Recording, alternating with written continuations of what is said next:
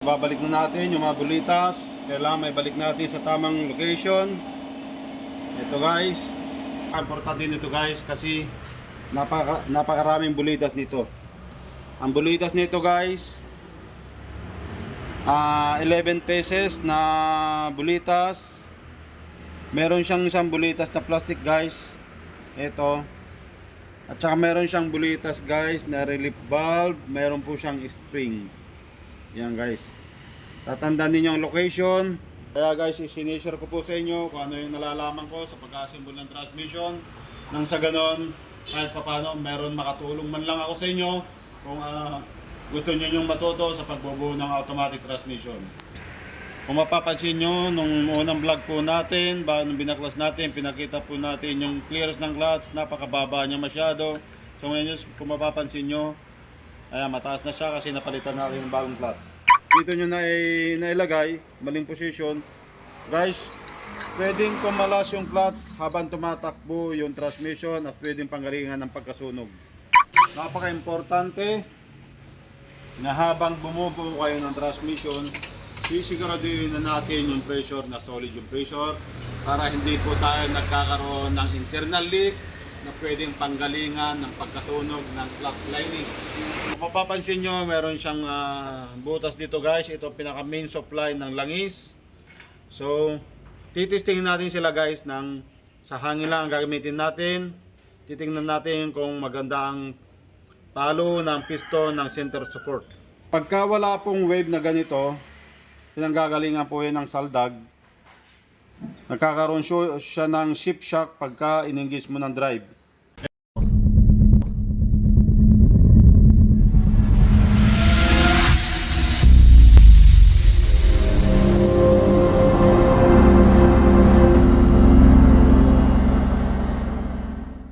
Ngayon guys, magandang araw sa ating lahat. Ito po si John Mendez ng Starmatics. Another day, another vlog na naman po tayo. For today's video guys, papakita ko po sa inyo kung paano natin buuin yung transmission ng Isuzu Altera. Ito po guys yung binaklas natin na pinakita natin noong nakaraan. Na binaklas natin, blinag po natin kung paano po magpaklas ng transmission ng Isuzu Altera. So sa ngayon guys, papakita ko naman kung paano natin buuin yung transmission ng Isuzu Altera. Sa ngayon guys, ito na po yung Isuzu, yung transmission ng Isuzu Altera. Ibang parts, nakabit na po natin yung reverse clutch sa ilalim. Napalitan na po natin ng o-ring at ng mga clutch. At ito yung planetary carrier. Yan, nakabit na po natin guys. So ngayon, titestingin natin yung center support. Papakita ko po sa inyo paano i-test ng pressure ng center support. Guys, kung mapapansin nyo, meron siyang butas dito guys. Ito pinaka main supply ng langis. So, titestingin natin sila guys sa hangin lang ang gagamitin natin. Titingnan natin kung maganda ang talo ng piston ng center support. Ayan guys, kung makikita nyo, pumapalo yung piston, nag-i-engage yung clutch nya. So ganito lang guys ang gagawin ninyo pagka mag-check kayo ng pressure. Guys, napaka-importante na habang bumubuo kayo ng transmission, sisiguraduhin na natin yung pressure, na solid yung pressure para hindi po tayo nagkakaroon ng internal leak na pwedeng panggalingan ng pagkasunog ng clutch lining. Guys, habang nagbubuo kayo, sisiguraduhin nyo yung pressure ng mga tinapit ninyong o-ring ng piston. Double check po natin yung kanyang pressure. So ngayon guys, tapos na po tayo rito. Papakita ko po sa inyo paano asimbolin itong forward drum. Isa to guys sa pinaka-importante, paano mag-assemble ng forward drum. So guys, ito, napalitan ko na rin doon ng o-ring. So kakabitan na po natin ng mga bagong clutch. Ito guys, yung pinaka clutch wave nya, pinaka return wave nya. Ito yung pinaka spring na sa loob guys.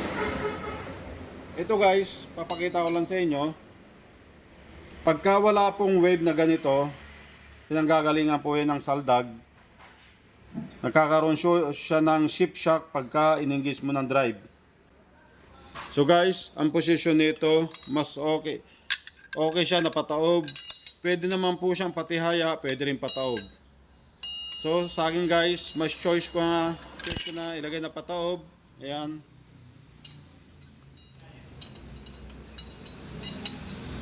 Ito yung steel plate. Tapos clutch yan guys, mapapansin nyo, bago na po yung clutch nya.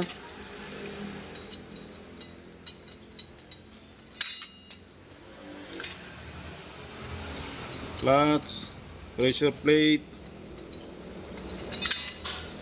clutch, at pressure plate. Yan.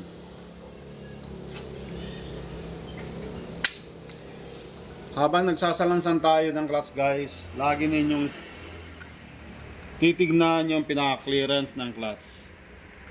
Ito guys. Kung mapapansin nyo, nung unang vlog po natin, nung binaklas natin, pinakita po natin yung clearance ng clutch, napakababa niya masyado. So ngayon kung mapapansin nyo, ayan, mataas na siya kasi napalitan natin yung bagong clutch.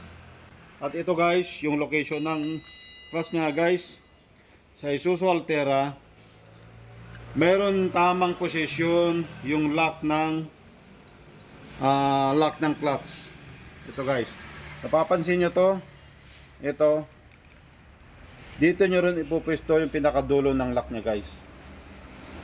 Yan. Kasi pag nagkamali kayo ng pwesto guys, ang tamang posisyon nito na ganyan. So kung nalagpasan ninyo yung pinaka guide nya, dito nyo nailagay, maling posisyon guys, pwedeng kumalas yung clutch habang tumatakbo yung transmission at pwedeng panggalingan ng pagkasunog. So guys, ang tamang posisyon itong lock na to, yan, dyan nyo ilalagay yung pinakadulo ng lock. Pupisto nyo, papasok nyo sa groove. Ayan guys, ang tamang posisyon ng lock.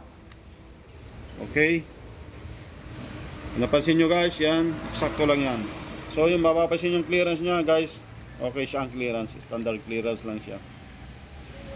Yan guys, ang tamang posisyon ng paglalagay ng lock dito sa forward drum. So ngayon guys, nilagay na natin yon. Ito, mapapansin nyo, meron naman siyang wave. Yan.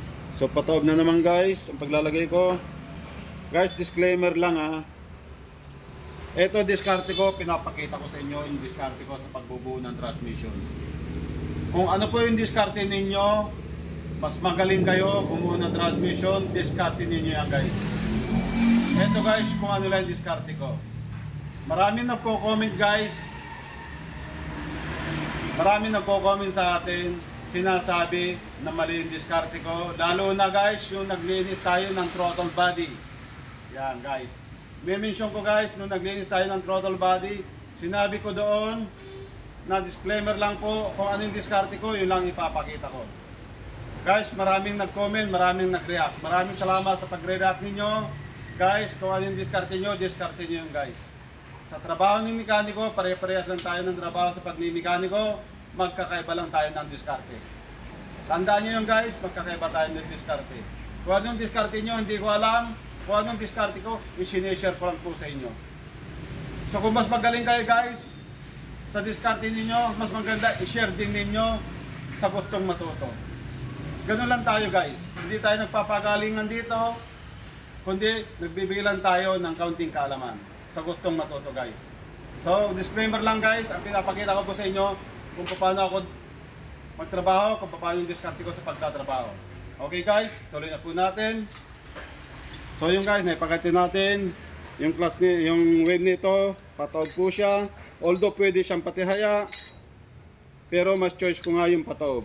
Yan. Dahil tested ko na yan guys. Sa dami ng ginawa ko ng automatic, yan talaga yung ginagawa ko. At pagka nagbubukas din ako guys, binabasa ko kung ano yung nabubuksan ko. Kadalasan guys, pag nagbukas ako niyan, laging pataob yan. Okay, so kasunod na yung clutch wave. Plate na naman po ang kasunod. Tapos may tama to. Ito guys, mapapansin nyo, may konting tama yan guys. So guys, iiwasan na po natin to. Ito na yung ilalapat natin sa wave. So hindi na siya tatamaan ng clutch. Libre na po siya. So lalagay tayo ng clutch, steel plate, clutch, at saka pressure plate. Yan. At saka lock. Okay. Yan guys, perfect na perfect ang clearance dahil nagpalit po tayo ng mga bagong clutch. Ngayon guys, nasimbol na natin yung forward drum. Ang gagawin natin, mag-check po tayo ng pressure. Lagi po tayo mag-check ng pressure. So yun guys, nabunan natin yung forward drum. Napalitan na po natin ng mga o-ring, ng mga clutch. So ang gagawin na po natin, susunod na step po natin, i-check po natin yung pressure niya para sigurado po tayo. Alam natin na walang naputol na o-ring o nasugatan na o-ring. So double check po natin yung pinaka-pressure niya kung solid po ng pressure ng piston na kinabit po natin. So ang diskarte lang nito guys, ito yung pump, transmission pump. Dito po tayo mag-check ng pressure. Hangin na lang po natin pinaka main supply niya. Yan. Mapapansin nyo guys. Yan, pumapalo siya. Okay. So ibig sabihin, solid yung pressure niya. Pag pumasok na yung ATF dyan, mag-engage na po yan. Ayan guys. Ayan guys, oh. Yan. Ganyan lang po guys ang pag-check ko sa pressure. Okay. Simpleng-simple lang guys. Pag kabisado mo na, napakasimple lang. Kaya guys, isinishare ko po sa inyo kung ano yung nalalaman ko sa pag-assemble ng transmission.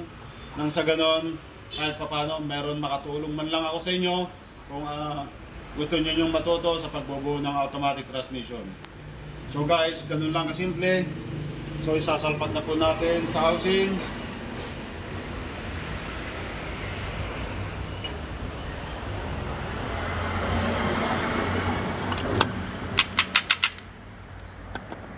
Yan, ganun lang. Ito na yung bearing niya guys. Nakapit na siya dyan.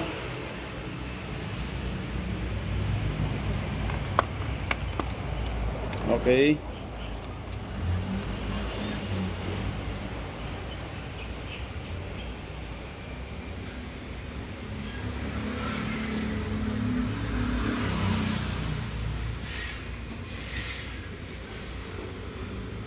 Ito guys, sa diskarte ko sa pagkakabit ng bearing. Guys, ito sinasabi ko na dapat may kabit natin ang tamang posisyon. Ito guys, kung napalood ninyo yung pagbaklas natin, ito yung bearing na sinabi ko kung anong dapat na posisyon. Guys, patihaya lang siya guys kasi meron siyang guide dito. So hindi po natin kakabit ng pataog. Ito po ang tamang posisyon, kailangan patihaya po siya guys.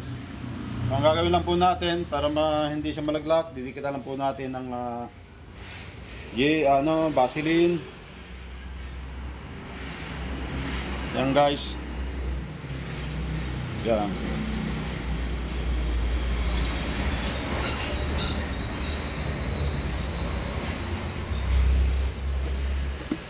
Okay, sasalpak na natin.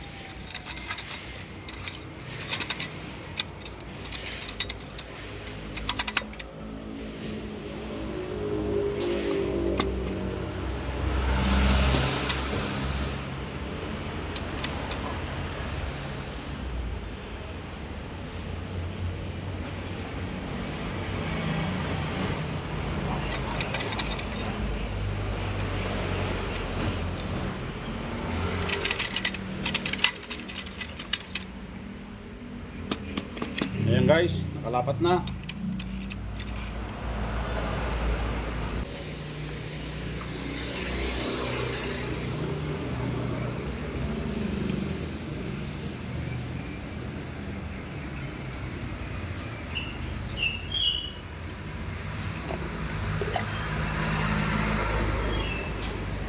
Dito guys, sa rubber ng transmission pump, guys, hindi tayo naglalagay ng silicone dito.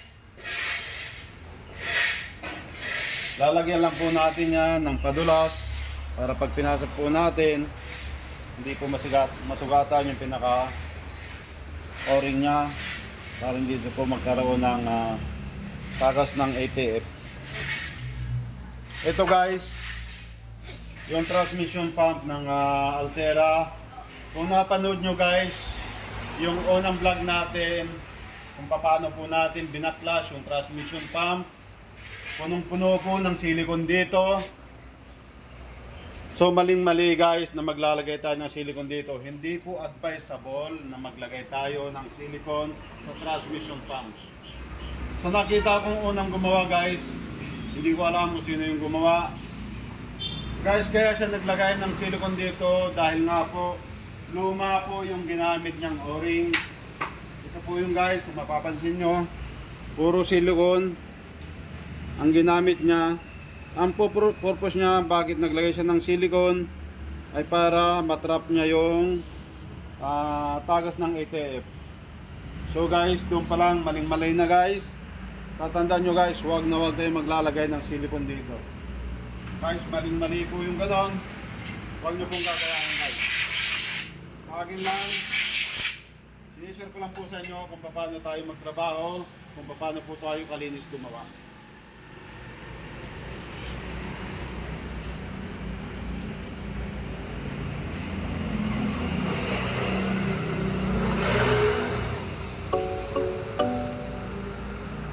Ito guys, wala na siyang gasket. Wala na siyang transmission pump gasket. Diretso na po siya guys. Yan.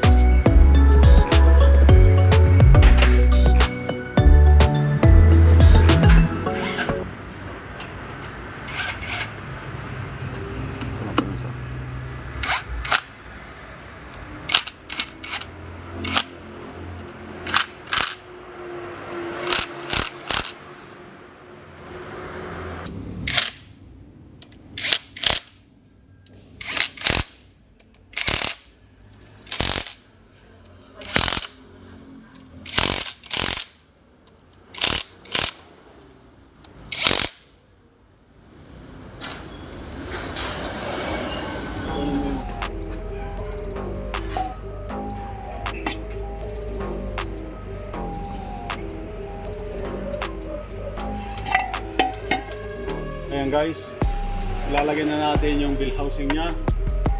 Ito guys, mapapansin niyo, malinis po yan, hindi po tayo naglalagay ng silicone.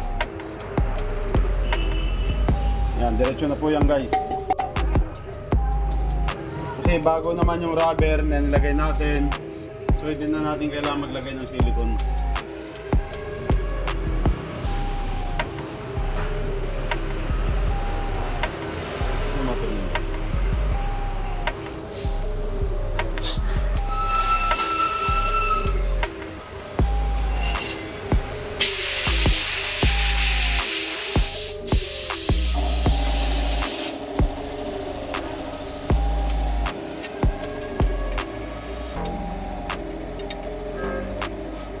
Kahit wala naman sa pinturan ka, automatic na. Kahit wala.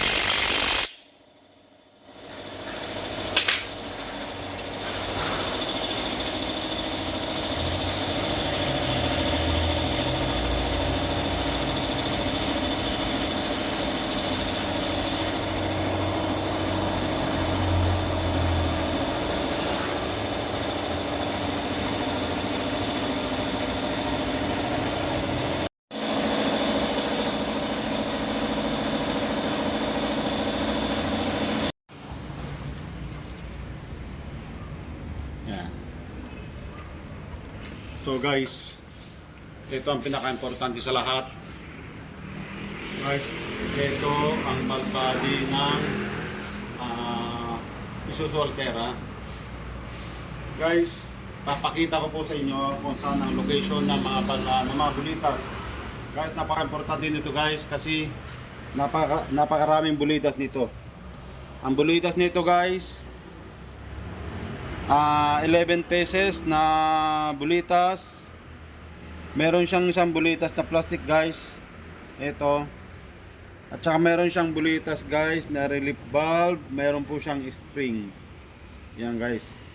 Tatandaan niyo ang location. Bibilangin po natin isa-isa ang kanyang bulitas. Tandaan nyo guys, 11 pieces po ito. So guys, mag-umpisa tayo rito.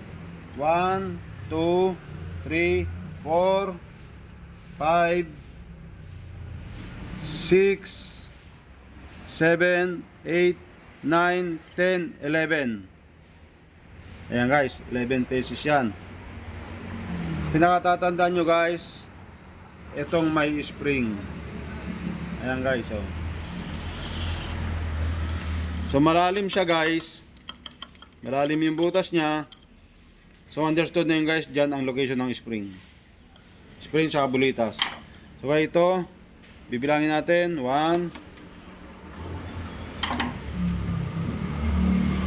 2, 3, 4. Ito guys, plastic to ha. 4, 5, 6, 7, 8, 9, 10, 11. Yan guys. 11 lang na bulitas yan guys. So guys, ingat lang sa pagbabaklas ng ball body dahil marami pong pwedeng tumalsik dyan.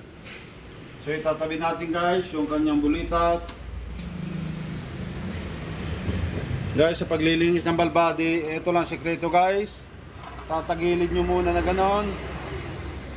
Nakikiramdaman ninyo kung mayroong mahuhulog pa na ibang spring o kanang ibang lock. So guys, clear na lahat. Wala siyang nahulog. So 11 lang yung bulitas niya guys. Dito sa kabila, ito yung pinaka-cover niya.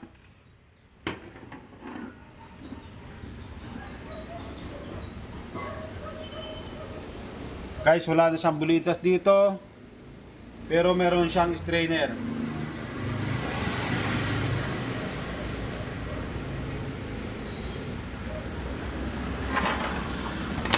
Ito guys, madali lang ang location ng strainer.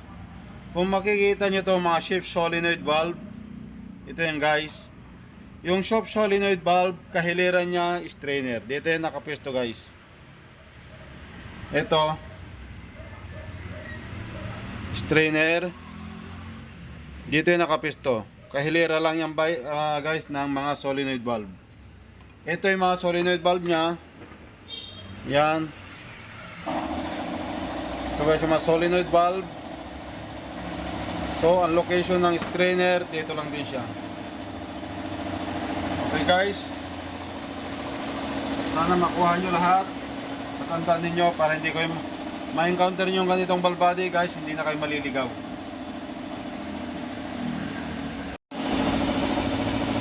Then guys, isa-isa natin papalitan ang mga o-ring, mga bagong o-ring, yung shift solenoid. Guys, napaka-importante rin na magpalit tayo kahit na maliliit na mga parts na to. Importante ito guys, yung mga o-ring ng shift solenoid, kailangan magpapalit tayo ng bago. Palitan natin lahat guys.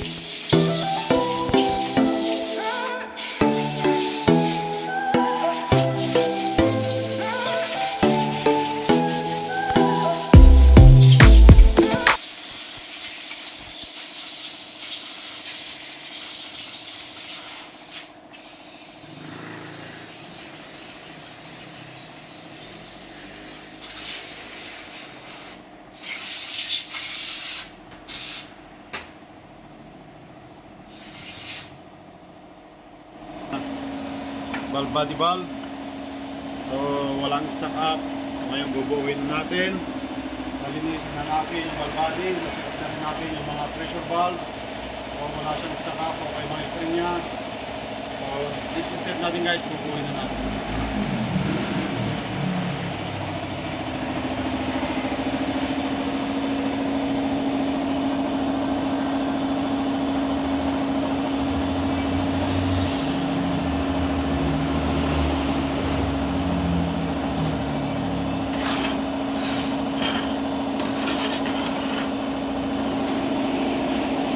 Guys, babalik na natin yung mga bulitas. Kailangan may balik natin sa tamang location. Ito guys, 1 2 3. Guys, ito yung plastic. 4 5 6 7 8. Ito guys yung mayroong spring. 9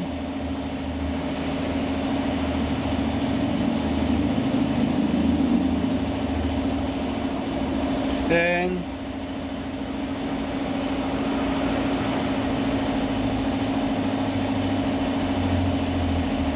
11. Yan guys, ulitin natin. 1, 2, 3, 4, 5, 6, 7, 8, 9, 10, 11. Okay guys. Tama yung location.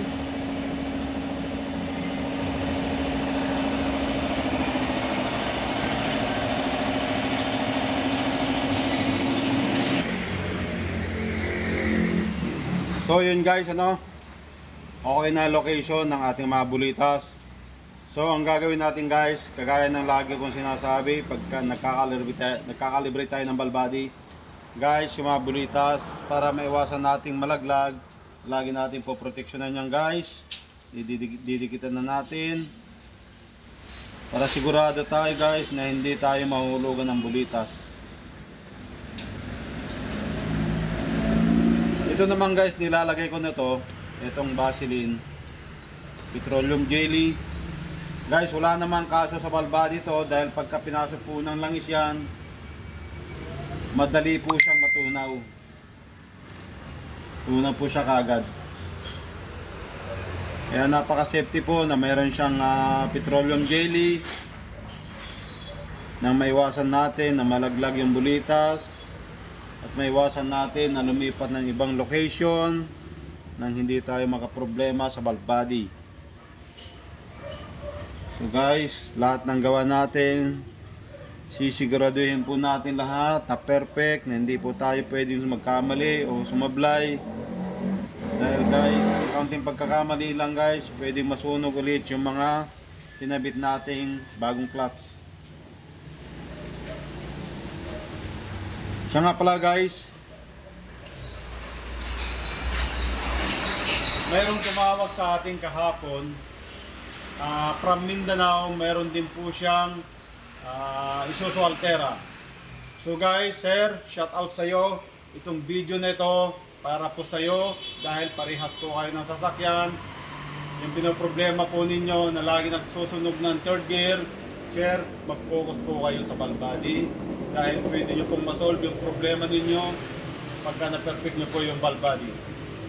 So tumawag po sa atin si sir kahapon, 2 beses na po nilang nirebuild yung kanilang transmission, the same problem, lagi pong nagsusunog ng third gear.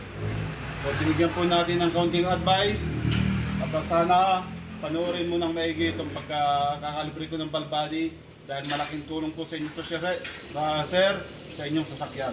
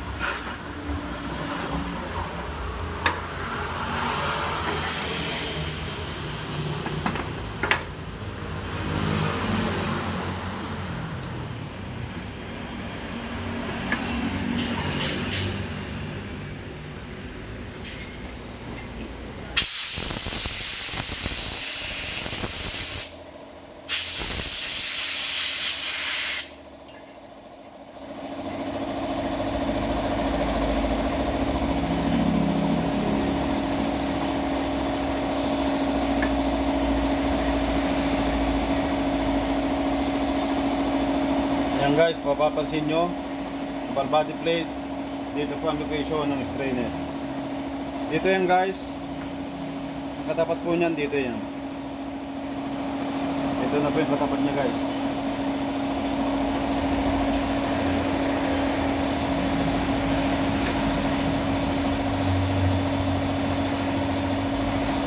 Tatakpan na po natin.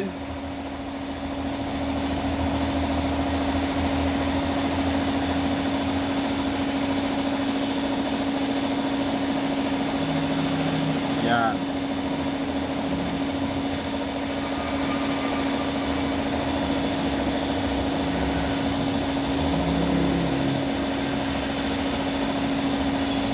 Guys, ang unang ilalagay po natin yung pinaka-guide niya. So, ang guide niyan guys, dito ang guide niya.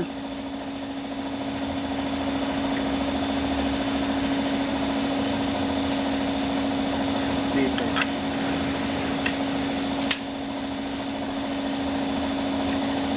Pabaliktarin lang natin.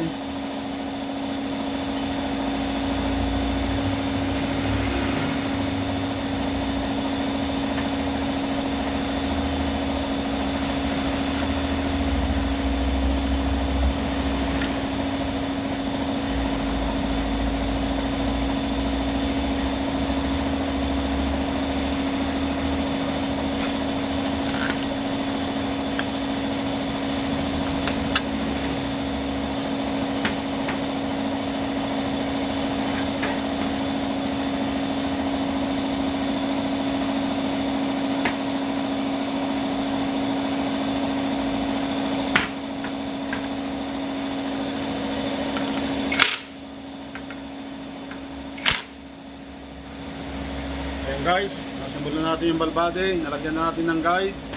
Yan, kabilaan. So pwede na po natin tayong maglagay ng tornilyo.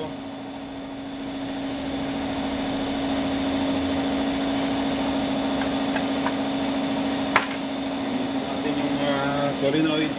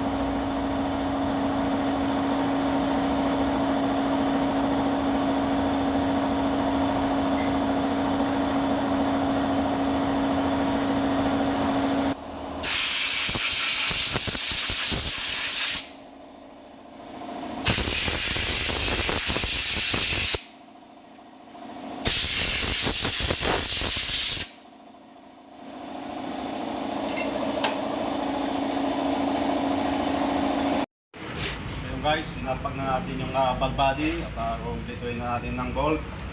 Ito na natin lahat.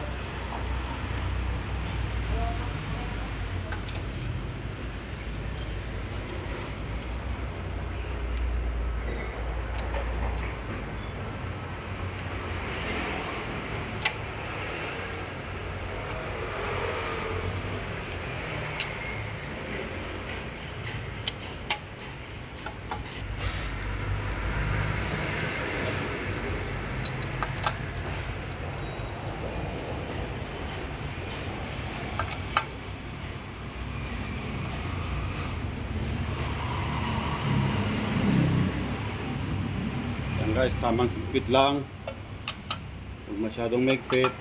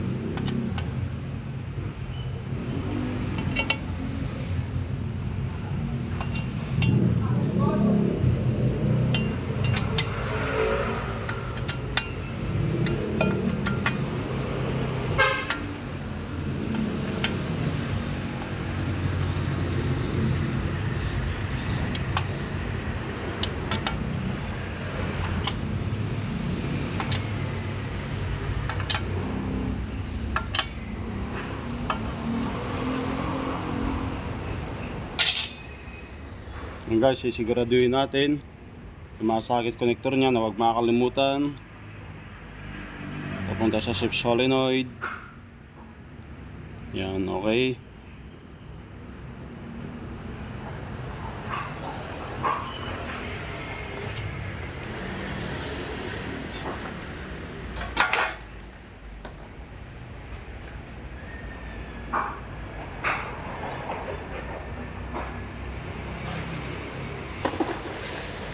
Ayun guys, kompleto na. So tatakpan na natin.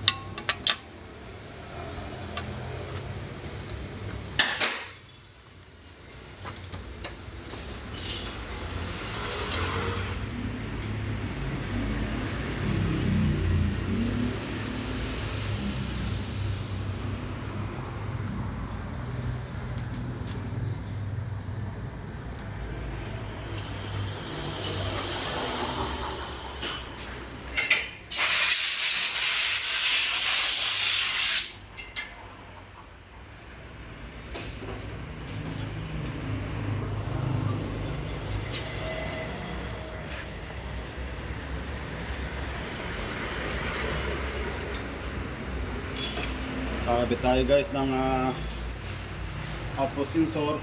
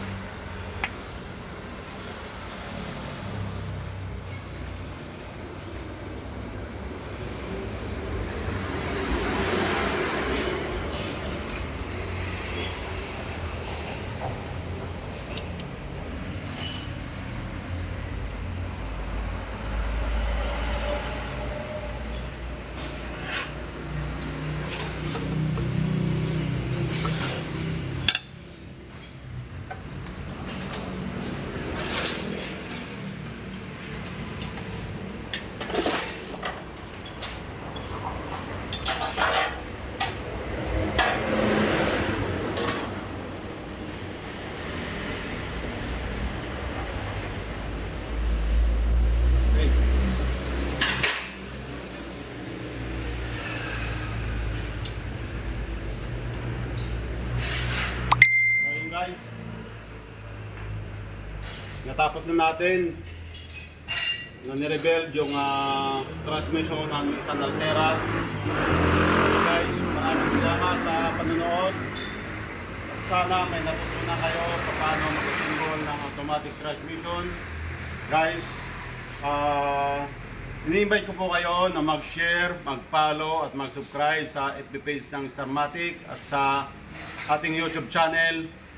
Guys, maraming pong salamat sa mga sumusuporta, sa mga walang sawang nagko-comment. Guys, maraming pong salamat sa inyo lahat. At kung meron po kayong mga katanungan, guys, mag-direct message na lang po kayo sa FB page ng Starmatic o kaya direct call na lang po kayo sa number na naka-flash sa screen. Guys, ang ating location ay sa Sapang Palay, San Jose del Monte, Bulacan at sa lahat po ng ating nire-rebuild guys. 1 year warranty po tayo. So guys, maraming pong salamat. God bless po sa ating lahat.